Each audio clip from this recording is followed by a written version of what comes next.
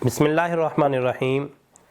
एक भाई ने मसला पूछा है कि बाज़ दफ़ा मैं मस्जिद में जाकर नमाज नहीं पढ़ सकता, तो घर के अंदर ख़वातीन मौजूद होती हैं, जैसा कि बेटी है, बीवी है, माँ है, बहन है, तो क्या मैं इनके साथ नमाज बाजमात अदा कर सकता हूँ कि नहीं?